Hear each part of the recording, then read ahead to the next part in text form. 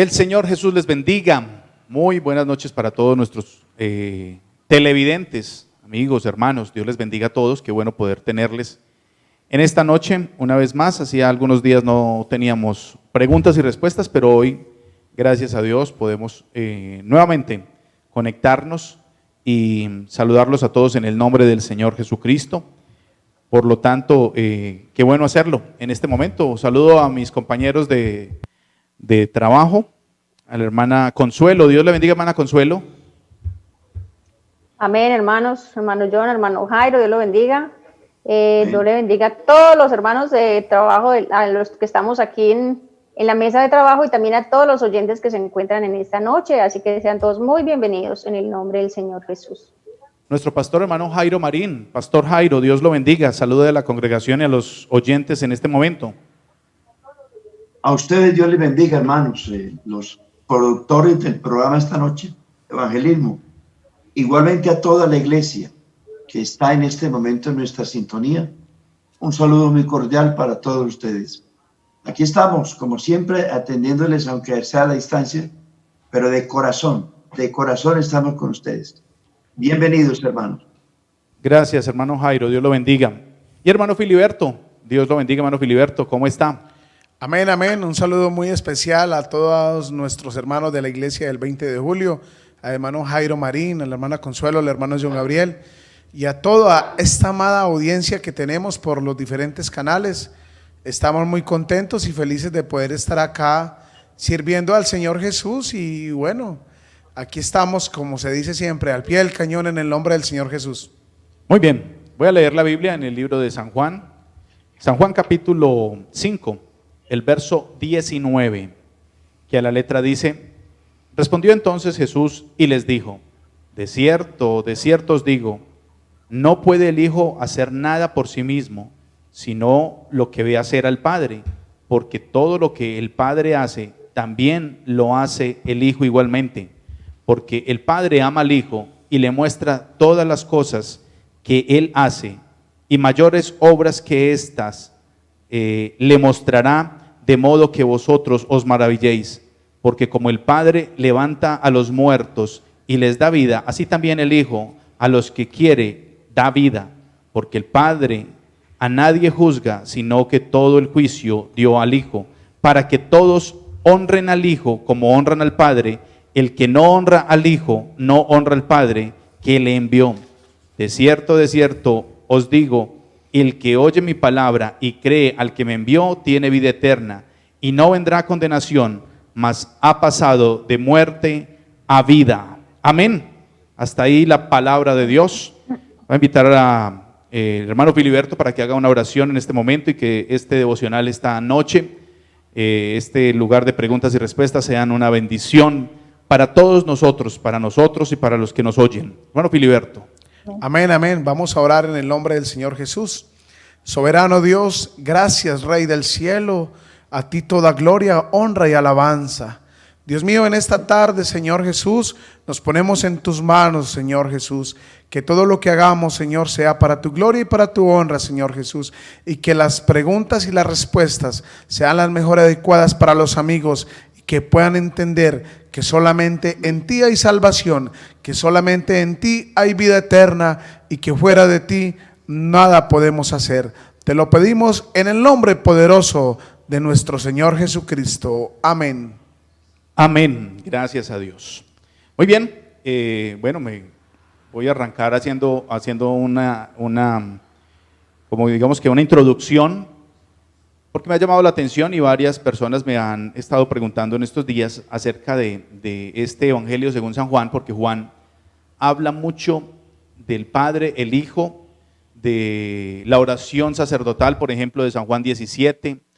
Este Evangelio habla de la voz en varios momentos, la voz cuando Juan está bautizándolo, la voz que se escucha en el lugar de la transfiguración, por ejemplo, una voz que dice que habla de glorificar al Hijo, y se ubica mucho el Evangelio según San Juan en el Padre y el Hijo, y ubica mucho y está constantemente en esta parte.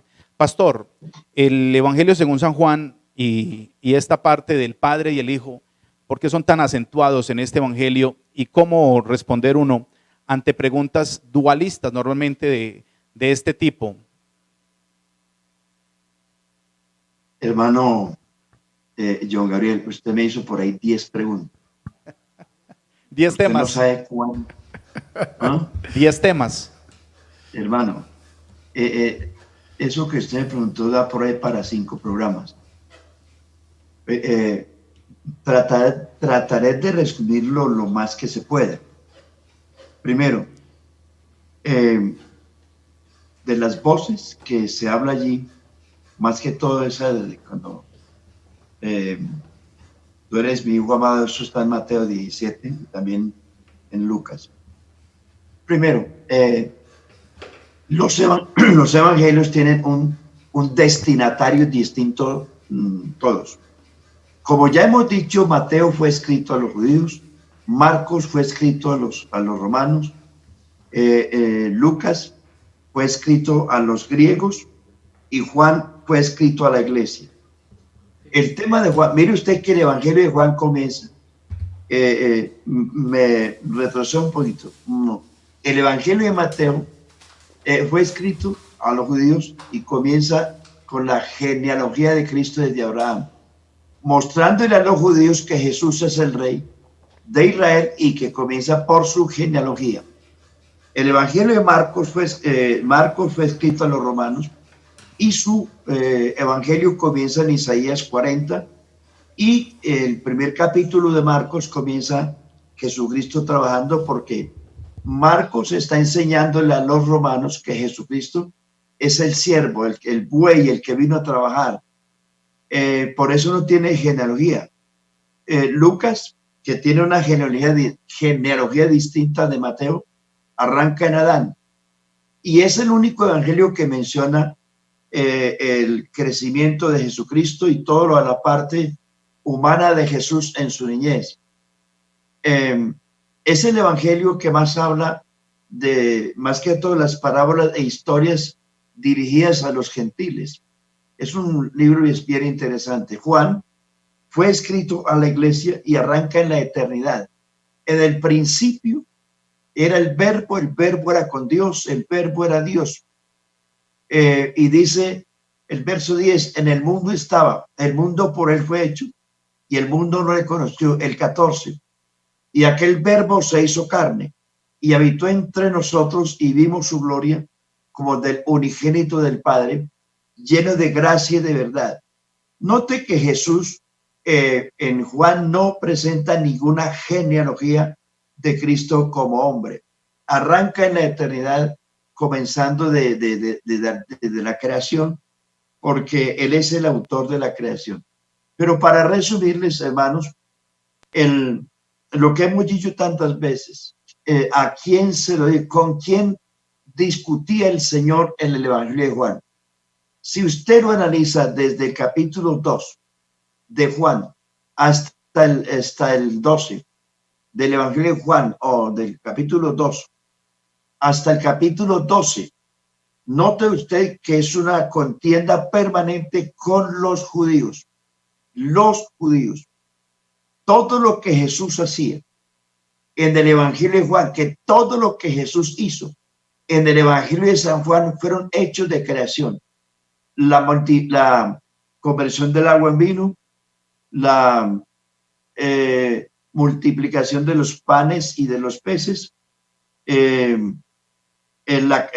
Jesús calma la tormenta, el milagro del muchacho que nació ciego, el milagro de la resurrección de Lázaro y otras cosas que no me acuerdo en este momento, pero que los milagros de Juan, que Juan registra, son milagros de creación donde Jesús le muestra a los judíos que no solamente Él es Dios, sino también que es el creador.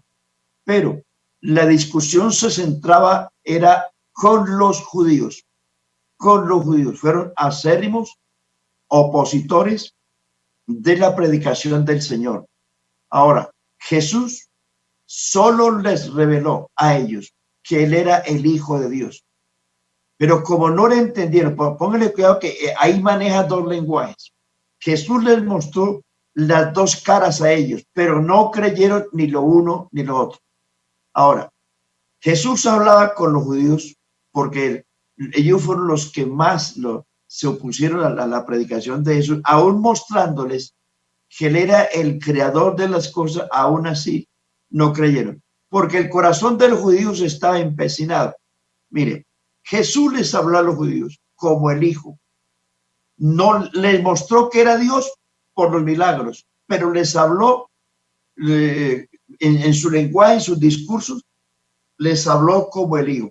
Jesús le dijo a Nicodemo en el capítulo 3, Nicodemo, si yo te hablo cosas terrenales y no me entiendes, ¿cómo me vas a entender si te hablo cosas celestiales? Y dice, nadie subió al cielo sino el que descendió del cielo, el Hijo del Hombre que está en el cielo. ¿Cuál es el asunto? Toda discusión, todo mensaje que Jesús les presentaba para ellos era un cuestionamiento permanente.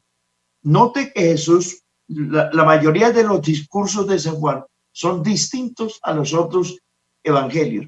Jesús se presenta ante los judíos como el Hijo, pero también les mostró que era Dios. ¿Cómo y cuándo? Cuando le ofrece a la mujer samaritana agua viva. Cuando dice el Señor, el que oye mi palabra y cree al que me envió. Cuando dice, yo soy el pan vivo que descendió del cielo. Cuando dice, si alguno tiene sed, venga a mí y beba. Cuando dice, yo soy la luz del mundo. En el Evangelio de San Juan y en Apocalipsis, usted encuentra 27 veces la palabra yo soy. Eso indica que Él es el Dios del Antiguo Testamento, pero como ellos están cerrados, tapados y trancados por dentro, no entendieron. Cuando Jesús les dice, si vosotros permaneciereis en mi palabra, seréis verdaderamente mis discípulos y conoceréis la verdad y la verdad os hará libres. Ellos saltaron y dijeron, no hemos sido esclavos de nadie. Bueno, es un tema bien largo, hermano. Bien largo que quisiera como tener más tiempo para explicar un poquito más. Pero la guerra allí con ellos fue que Jesús se manifestó, les habló a ellos. Mire, repito, sus hechos manifestaron que Él era Dios, pero con sus palabras les estaba diciendo que Él era el Hijo de Dios. Y como estaba basado en la ley, y la ley decía que por el testimonio de 2 o 3 testigos consta todo asunto, entonces el Señor le decía, miren, si yo hablo de mi cuenta, no me crean, pero otro es el que da testimonio de mí. Vea, solo en el Evangelio de San Juan, capítulo 5, hay 10 testimonios que Jesús les mostró a ellos que Él era divino, pero no lo entendieron. No se trata, mire, aún los discípulos con quienes Jesús discípulos quienes anduvieron con Jesús y Jesús los discípulos, ¿se acuerda de Felipe? Muéstranos al Padre y nos basta. Aún los discípulos no sabían quién era Jesús. Recuerden Mateo 16, donde dice, bueno, ¿ustedes qué dicen? ¿Quién es el Hijo del Hombre? Mire que ni ellos sabían quién era. Ustedes han leído Mateo 16. Bueno, Juan, otros dicen que eres Jeremías, otros dicen que eres un profeta, pero no sabían quién era. El asunto es que, hermanos queridos, la divinidad de Jesús solo se entiende por revelación. Por eso es que la mayoría de los trinitarios no entienden la revelación de la unicidad ni del nombre de Jesucristo, porque ni aún los apóstoles al comienzo conocían quién era Jesús. Y los judíos, con quienes fue la guerra constante en Juan, tampoco lo entendieron. Es decir, usted ya lo conoce, pero sí me gustaría que algún día desglosáramos capítulo por capítulo, porque cada capítulo tiene un milagro distinto por el cual Jesús se dirigió a ellos con hechos y con dichos. Pero como estaba destinado para ellos, que como dice Isaías capítulo 6, destinado, di a este pueblo, le dice Dios a Isaías, ve y dile a este pueblo, de oído oiréis y no entenderéis. Ese texto lo citó el Señor Jesucristo, lo profetizó Isaías 6, lo dijo el Señor Jesucristo en uno de los evangelios, y al final del ministerio de Pablo, en Hechos 28, aparece ese mismo texto. Pablo lo mencionó varias veces diciéndole que estaba profetizado y dicho que ese pueblo no entendería. Por eso Jesús le dice, si yo te hablo en lenguaje terrenal y no me entiendes, tampoco me vas a entender si te hablo en lenguaje celestial. Es decir, Nicodemo, si tú no me entiendes, cuando te estoy diciendo que yo soy el Hijo de Dios, tampoco me vas a entender si yo te digo que yo soy Dios. Ese fue el problema. Y miren ustedes que los judíos se hicieron los sordos. ¿Por qué? Sí entendieron en parte. Cuando Jesús les dice, ¿y por qué me apedrean? ¿Por qué me van a apedrear? ¿Por qué me quieren matar? Dice, no te vamos a apedrear por las cosas que haces, sino porque los dichos tuyos, porque tú siendo hombre te haces Dios. En parte ellos sí estaban entendiendo, pero se hicieron locos. Mateo capítulo 12, cuando Jesús los enfrentó, porque él hizo milagros sorprendentes y los judíos dijeron, por el príncipe de los demonios, echas fuera los demonios. Ahí es donde Jesús les dice, todo pecado le será perdonado al hombre, pero el que blasfema contra el Espíritu Santo no le será perdonado ni en este siglo ni en el venidero. ¿Por qué? Porque los judíos siempre buscaban una excusa. No querían ver los milagros, no querían oír, porque buscaban una disculpa para rechazar al Señor. Y lo encontraron. Y como estaba determinado que eso ocurriría, entonces así ocurrió. Cuando uno está ciego, hermano, cuando uno está sordo, cuando el corazón del hombre está encorzado, no va a entender. Por eso, hermano, mire, yo le doy gracias a Dios. Si tuviéramos tiempo personalmente para que desglosáramos capítulo por capítulo, sería muy importante. Jesús se le mostró a los judíos como el Hijo de Dios, pero ni aún así lo entendieron. Pero note, Jesús a la iglesia se le ha mostrado como el Dios de la eternidad. Por eso fue escrito a la iglesia. Y el Señor a la iglesia se le muestra como el Dios de la eternidad. Pero a los judíos se les mostró como el Hijo de Dios, pero no lo entendieron. La iglesia unicista cree que Jesucristo no solo es el Hijo de Dios, sino que es Dios manifestado en carne.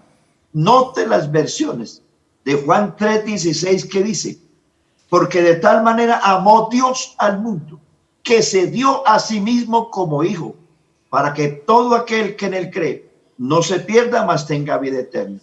Cuando uno tiene el corazón engrosado y el oído duro, no va a entender. Por eso dice Apocalipsis capítulo 1, verso 3, bienaventurados los que leen, los que oyen y los que guardan las palabras de esta profecía.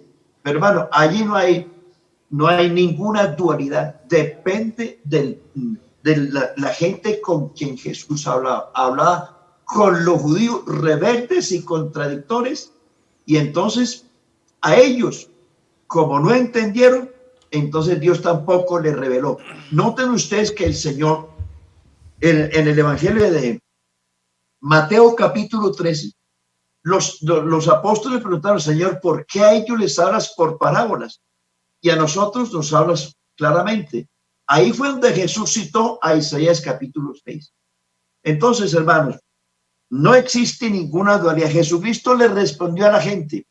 A Felipe le preguntó, Señor, muéstranos al Padre. Y Jesús le explicó. De buena forma, Jesús le explicó. ¿No crees que yo estoy en el Padre y el Padre en mí? Es decir, yo soy el Padre.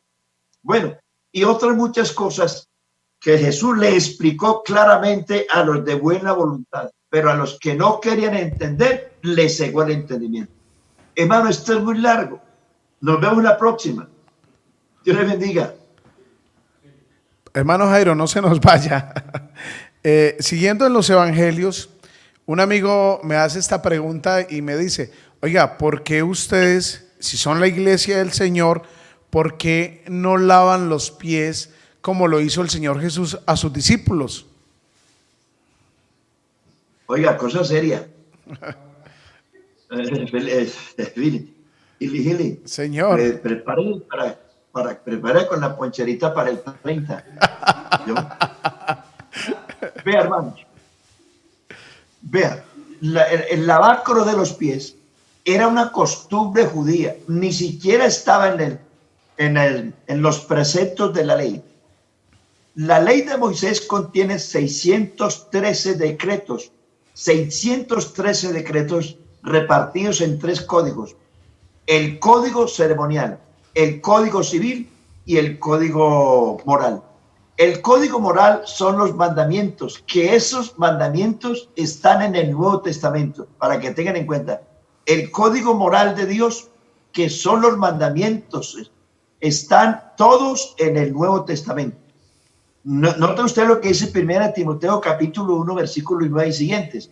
Dice, la ley se hizo para el adúltero, fornicario, matricida, parricida, homicida, etcétera, etcétera, etcétera. O sea que si nosotros, hermanos, no permanecemos en el evangelio, a nosotros se nos va a aplicar la ley en el día del juicio, porque existe. Ese es el código moral. Los mandamientos de Dios existen en el Nuevo Testamento.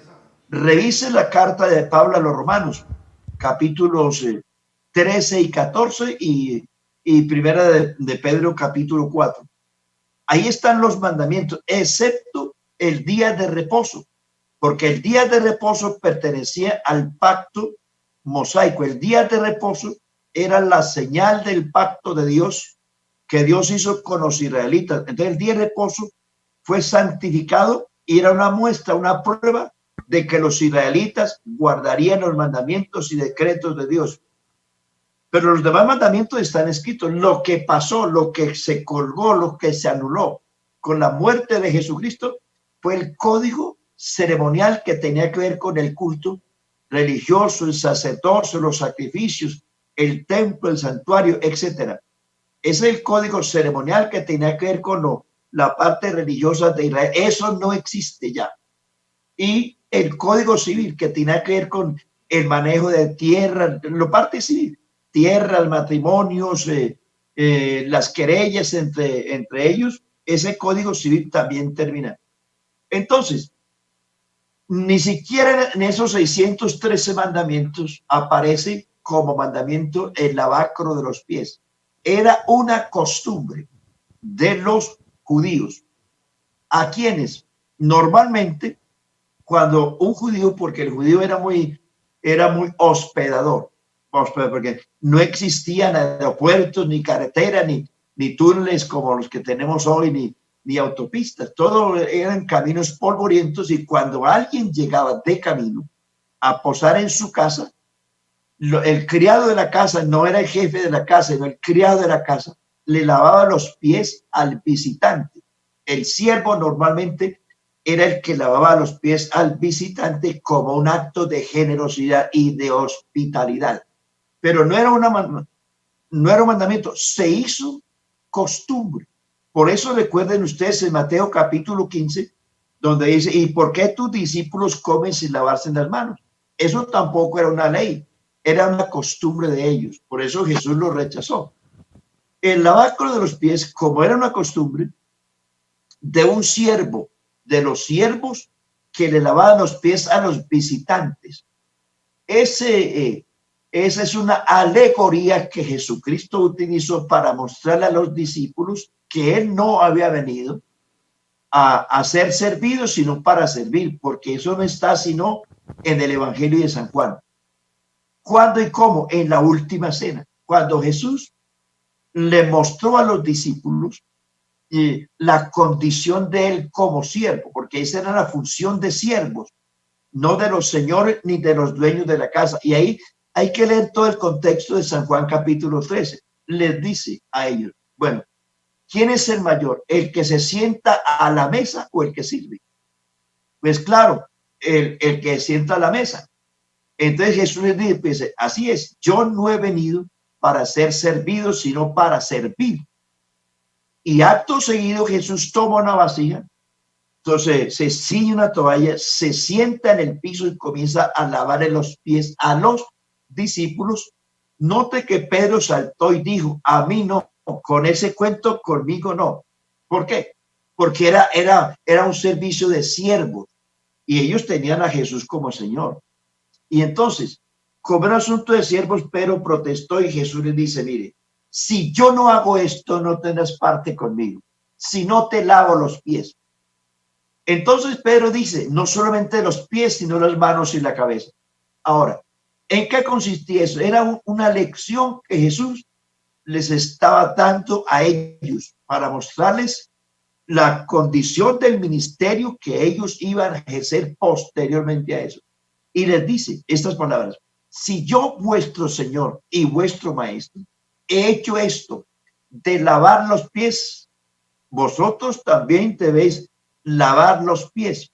En las cartas apostólicas, solamente por allá, en la carta de Timoteo aparece donde dice, si la viuda ha lavado los pies de los santos, ponla aparte. Solamente aparece el texto por allí. En la interpretación que los teólogos dan, que es un acto de servicio, cualquiera persona en la iglesia que le sirve a la iglesia, que se ciñe la toalla, que se coloca el vestido de siervo para servirle a la iglesia, está lavándole los pies a la gente con su servicio, porque eso fue lo que Jesucristo hizo. Una señal de humildad y de mansedumbre, y les dice, aprendan de mí que soy manso y humilde de corazón. Si yo, vuestro Señor y Maestro, lo hago, vosotros también debéis hacerlo. ¿En qué sentido? En que vosotros debéis amonestar, como dice Pablo, que prediquen la palabra, que instes, que reprendes, que redarguyas. La forma de servirle a la iglesia, a los santos, de servirle en cualquier orden, es una forma de lavar los pies y demostrar que usted es un siervo. Para rodear, es un acto en que el Señor le mostró a sus servidores cómo es la actitud que deben presentar ante los que les sirven. No actitud de señores, sino de siervos.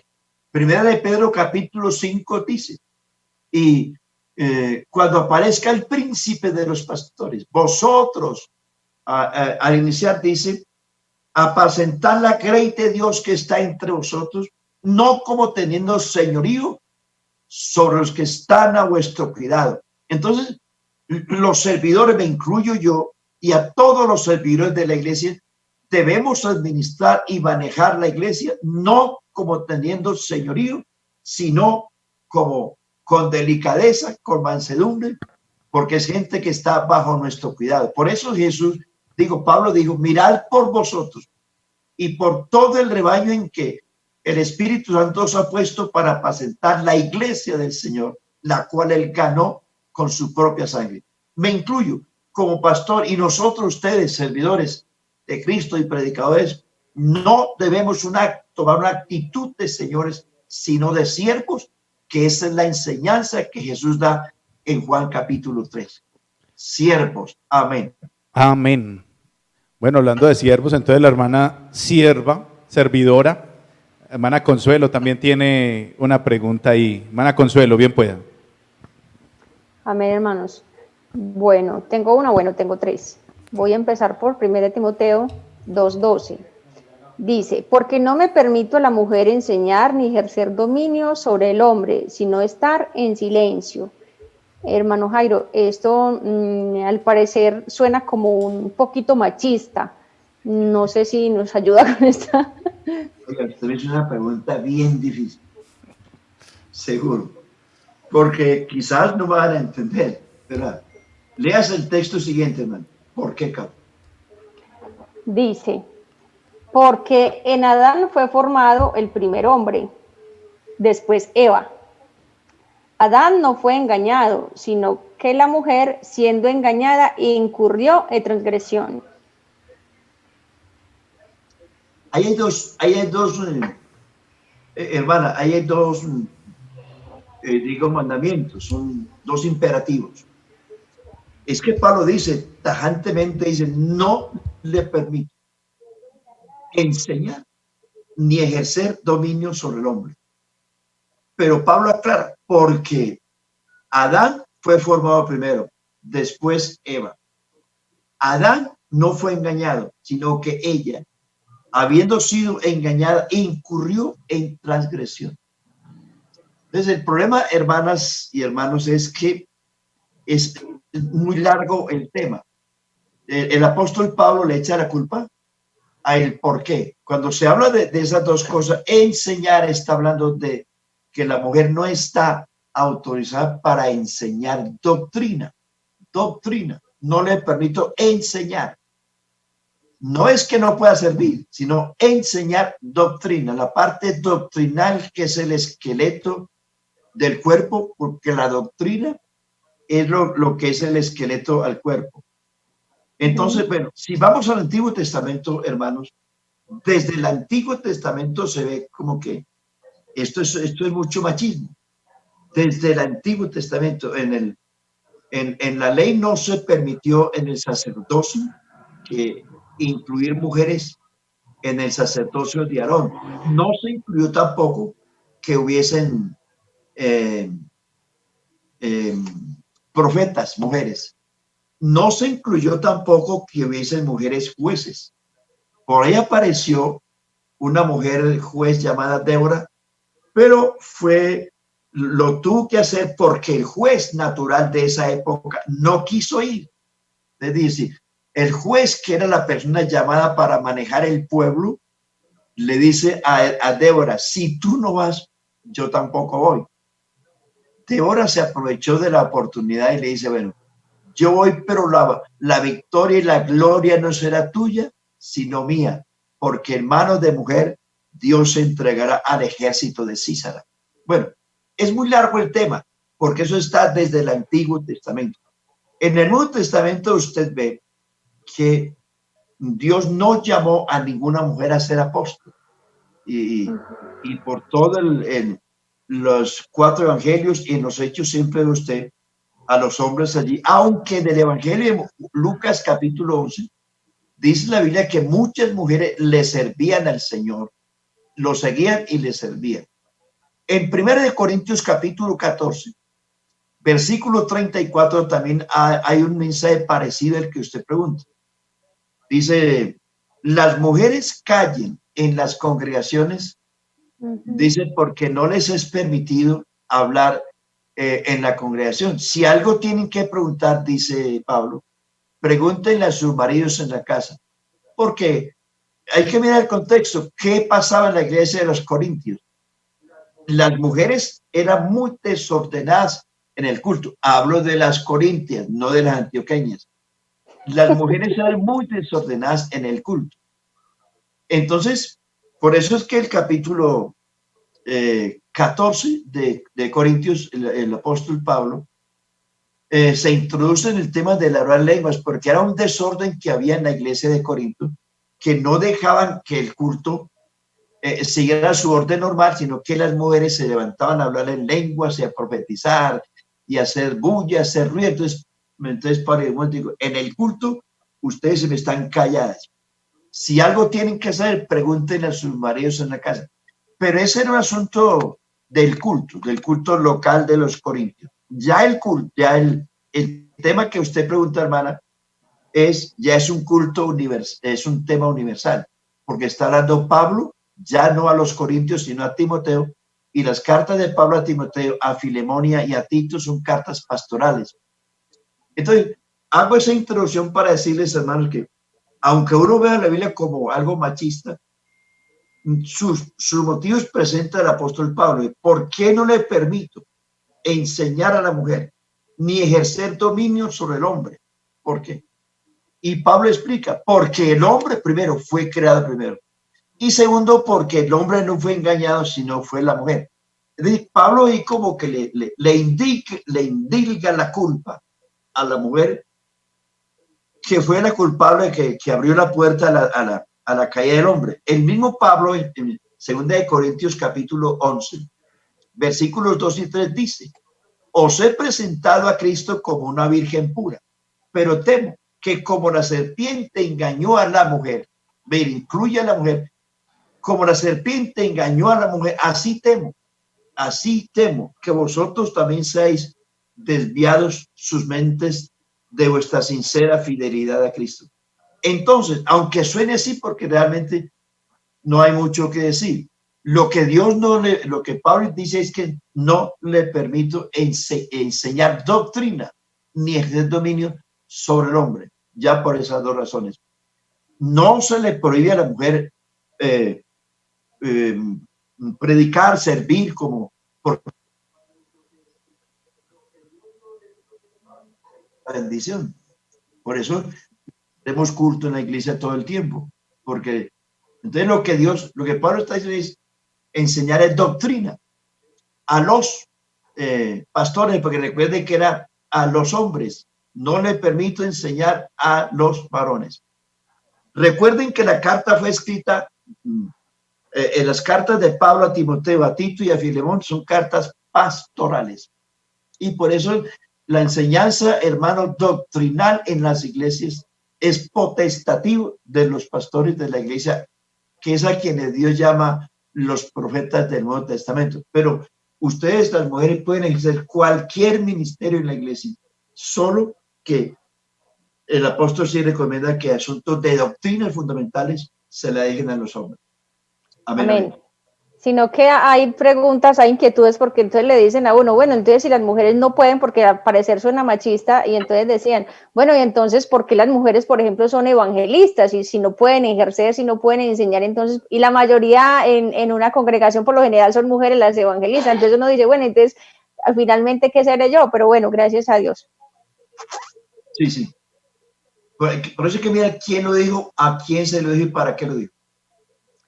Amén, hermano. Bueno, tengo otra que me hicieron hace mucho tiempo y dice, Job fue un hombre recto y perfecto, dice que temeroso de Dios y apartado del mal. Entonces la pregunta es, entonces Dios, ¿por qué le llevó la corriente a Satanás hasta ese extremo de quitarle todo a Job? Primero, la palabra no has considerado a mi siervo Job. No hay justo como él. Bien, hay varias cositas allí. Dios desafía a Satanás. Es un desafío que Dios le hace a Satanás. Es una palabra que usamos nosotros en uno de los lenguajes de la Biblia, un sarcasmo. ¿Qué es un sarcasmo? Es una ironía. Es una sátira. Sarcasmo es ironía, sátira. Y esa forma fue como Dios le respondió a Satanás. Entonces, ¿cuál es el asunto? Para ser breve. La Biblia, en el transcurso del libro, si usted lo recorre, va a haber cositas en que Job sí falló. La gente conocía a Job. Mire en lo que Job falló. Uno, Job no supo disciplinar a sus hijos. Ojo con los papás. Ojo. La Biblia dice en el libro de Job, dice que cada mañana Job era un hombre justo, sí.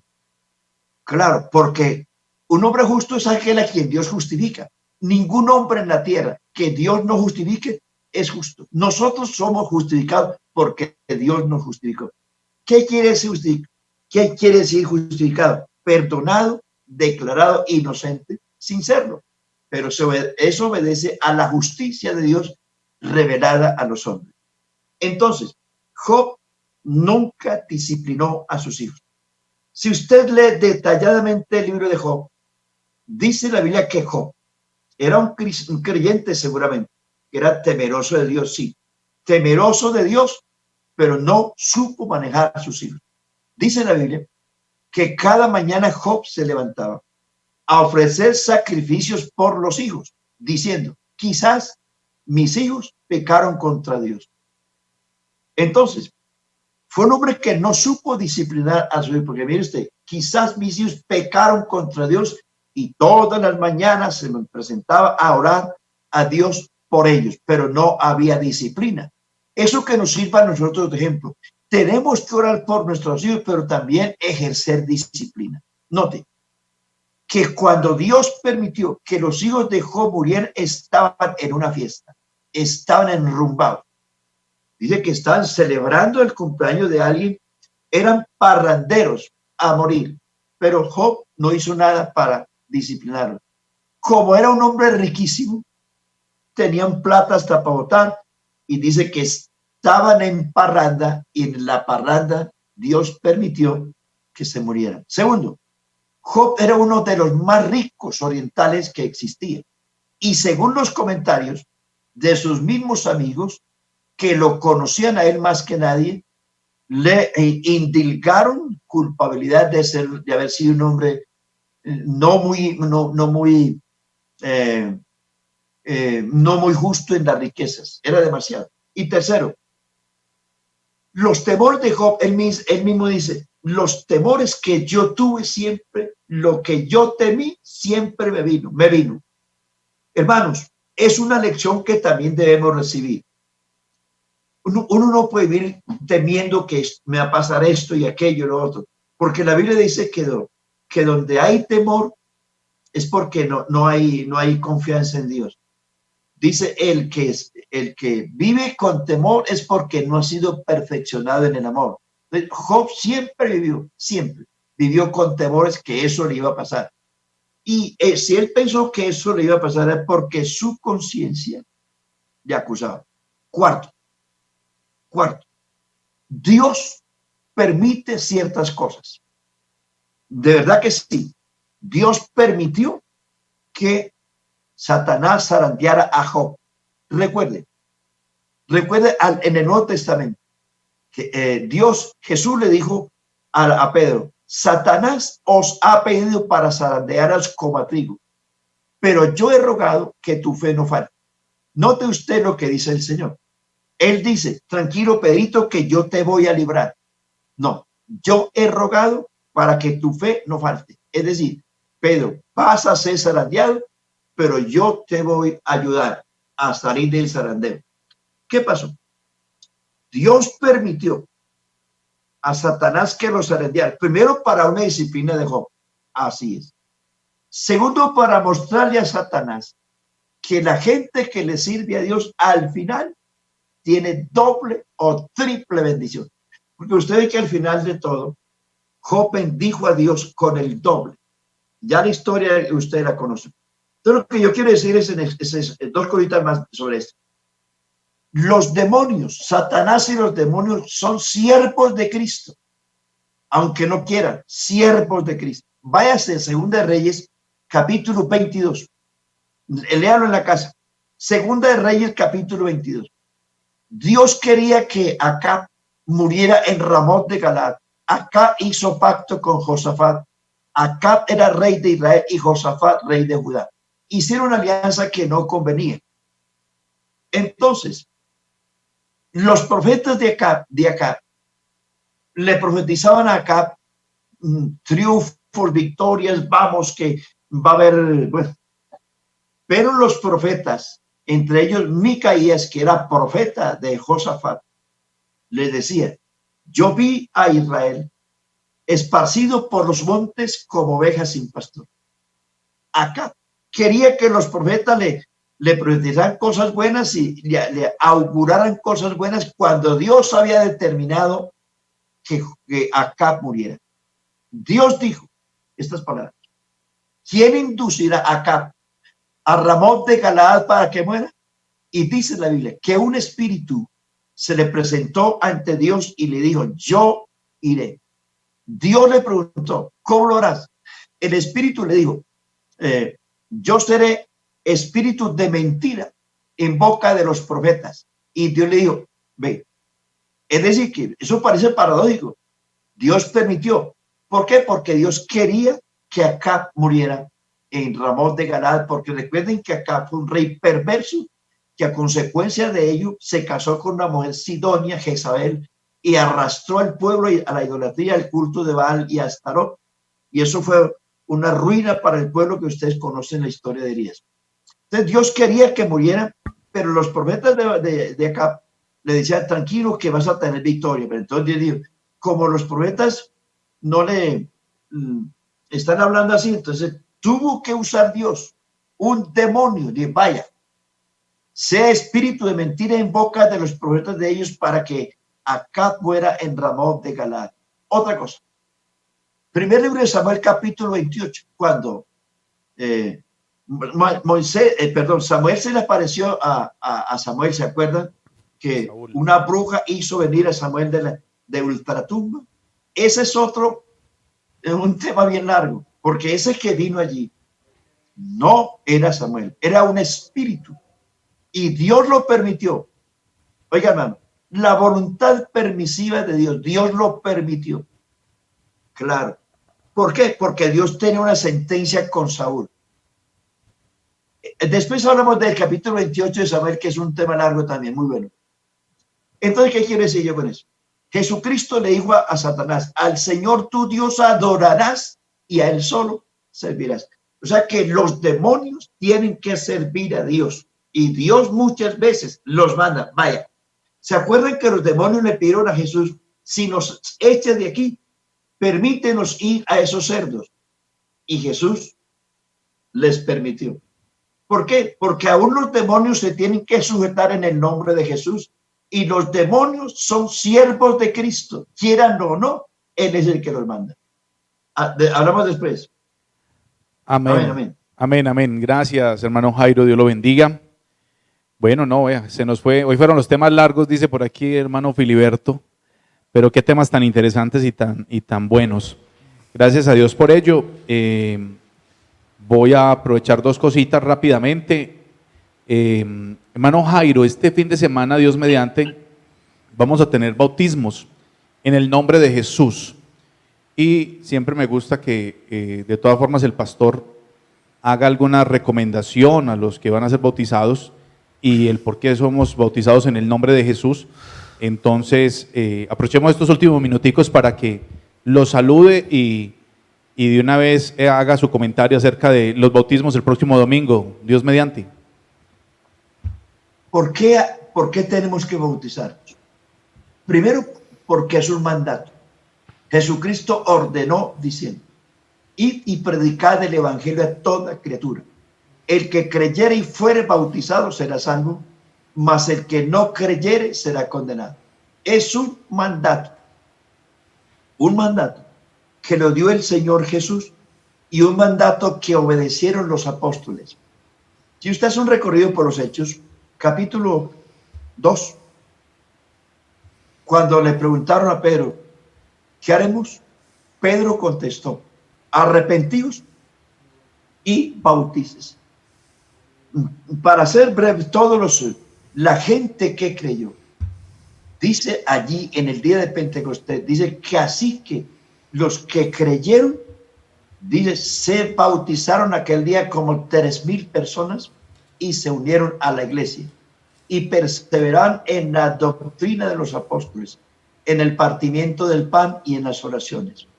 Y si usted sigue el recorrido por todo el libro de los Hechos, encuentra que toda la gente que se convirtió en el libro de los Hechos fue bautizada. Vaya al capítulo 8 de los Hechos, los samaritanos. Va al capítulo 9, Pablo, cuando se convirtió, fue bautizado. El capítulo 10, los corintios, y así en ese orden. Capítulo 16, los europeos. Capítulo 19, los efesios. Capítulo 6 de Romanos, habla de los romanos. Habla de los Gálatas, en Gálatas 3:27, los de Colosenses 3, 18, 16 y 17. Y el bautismo es un símbolo de la muerte, sepultura y resurrección de Cristo. Quien se arrepiente solamente y no se bautiza, no es salvo.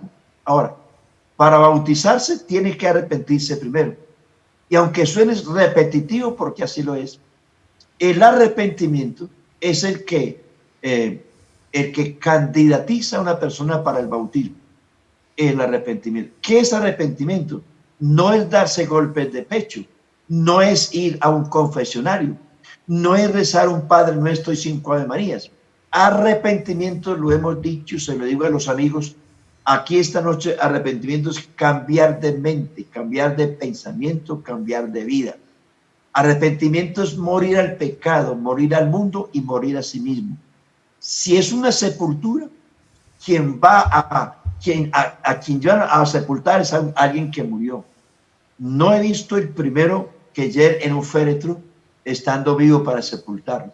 Si usted va al bautismo, que el bautismo es un símbolo de la sepultura de Cristo, es porque ya murió. ¿Qué quiere decir eso? Que usted ya es una persona nueva.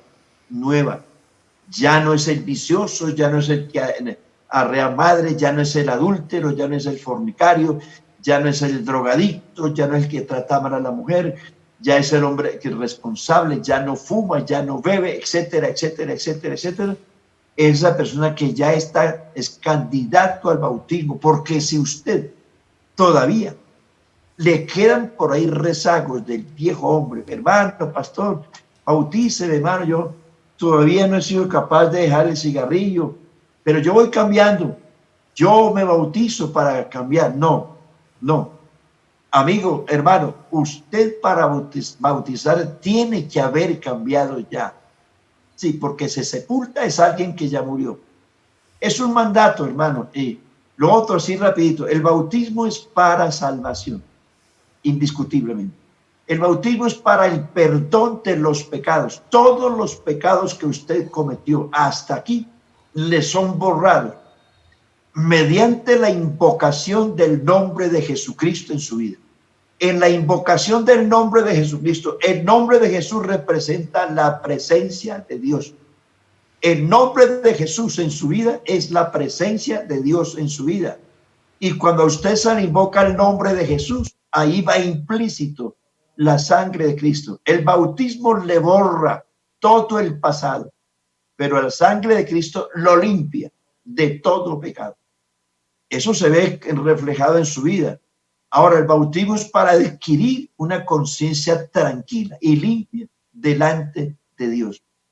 No es un ritual. El bautismo, para terminar, es un pacto que usted hace con Dios. Sí. En el Antiguo Testamento, toda persona que quería formar parte del pueblo de Dios tenía que circuncidarse. Era una operación en la carne para todos los varones. Y era el testimonio, la señal de un pacto, de que era un judío y que estaba comprometido a guardar la ley. En el bautismo, usted no está obligado hasta que se bautice. Hasta aquí usted haga lo que quiera, si quiere sí y si quiere no. Y si no quiere no. Después de que usted se bautice, el bautismo es un testimonio público que lo hace ante Dios y ante la iglesia y donde se le invoca el nombre de Jesús. De ahí en adelante usted sí está comprometido a andar en vida nueva, porque usted hizo un pacto en las aguas del bautismo. Cuando se le invocó el nombre de Jesucristo, usted dijo amén, y de ahí en adelante usted ya está comprometido con Dios. Y la Biblia dice que Dios no da por inocente el que tome su nombre en vano. No piense que usted se va a apartar. ¿Habrán dificultades? Sí. Al comienzo hay dificultades, hermano, porque eso le pasa a un niño cuando comienza a caminar. Un niño, cuando empieza a dar sus primeros pasitos, no sale corriendo en bicicleta. Usted sabe los problemas que tiene un niño para empezar a caminar. Se para, se cae, se golpea. Y así le pasa a un cristiano cuando empieza su vida espiritual. Tiene sus tropiezos, tiene sus falencias y más que todo ahora que estamos confinados, cuando estamos en la iglesia, pues el cristiano aprende a cantar con nosotros, aprende a orar, aprende a leer la Biblia, pero en este confinamiento es más difícil. Pero errores pequeños que usted cometa, no se desanime, siga adelante, que es normal en un cristiano, en un niño cuando empieza su vida. Cuando empieza a caminar tendrán cositas por ahí que se le salen, pero eso se va perfeccionando con el tiempo y con el deseo de ser fieles al Señor. A todos nos pasó eso. Comenzando nuestra vida cristiana, teníamos cositas y errores que cometimos, pero no dimos el brazo a torcer y aquí vamos en el camino de la perfección hasta la venida del Señor. Nos vemos, hermanos, el domingo en el bautismo, en la dominical a las 10 de la mañana. Amén, hermano John Gabriel. Gracias, hermano Jairo, Dios lo bendiga. Bueno, Amén. hoy ha sido un día muy especial, muchas preguntas, respuestas, muchas cosas muy interesantes. Gracias a Dios por ello. Estaba pensando en su comentario hace un momento y hacía la cuenta en la primera entrada son más de 8,000 personas bautizadas en el nombre de Jesús. Después los samaritanos también una tanda, y casi que uno podría decir que Jerusalén y la salida de Jerusalén en Antioquía, Efesios, Gálatas, Corintios, Romanos, ahí debe haber un número increíble de personas bautizadas en el nombre de Jesús. Tema para seguir tratando. Es muy apasionante cuando usted llegue con el tema de geografía al Nuevo Testamento. Créame que no me la voy a perder porque eso sí que es importante. El movimiento de la iglesia cristiana, por dónde salían, por dónde cruzaron. Ese tema es muy apasionante. Ojalá que hermano Joan Gabriel, tengamos vida para llegar allá. Entonces, los primeros 10 años, los primeros 12, 15 años de la iglesia, hasta Hechos capítulo 10, era una iglesia solamente judía. Y todos eran bautizados en el nombre de Jesús. A partir de el capítulo 10, 11 y por allá en el capítulo 13 de los Hechos, dice la Biblia que estando ellos ayunando, dijo el Espíritu Santo, apartadme a Pablo y a Bernabé para la obra que los he llamado. Ahí comienzan las misiones y estos, en 3 viajes misioneros que hizo Pablo, recorrió medio mundo de lo que existía. Esa es la geografía que esperamos, hermano. Y cuando ya la iglesia cristiana fue hebrea los primeros 15 años, después la iglesia en su gran mayoría en Asia, Europa, África, se convirtió Roma en una iglesia netamente gentil. Pocos judíos ya se convertían al cristianismo y tenían que someterse al proceso de la nueva doctrina de la iglesia. Por eso es que usted ve, hermanos queridos, en la parábola del sembrador de Mateo capítulo 13 y de Marcos capítulo 4. Quiero que estudien la parábola del sembrador en Mateo capítulo 13 y Marcos capítulo 4. Y nos vemos en la próxima. Les dejo esa tarea para que vean qué diferencia hay del uno y del otro. Amén. Gracias, pastor. Vamos a despedirnos ya son las 8:14, pero mire cómo se va rápido el tiempo aquí. Gracias a Dios por ello.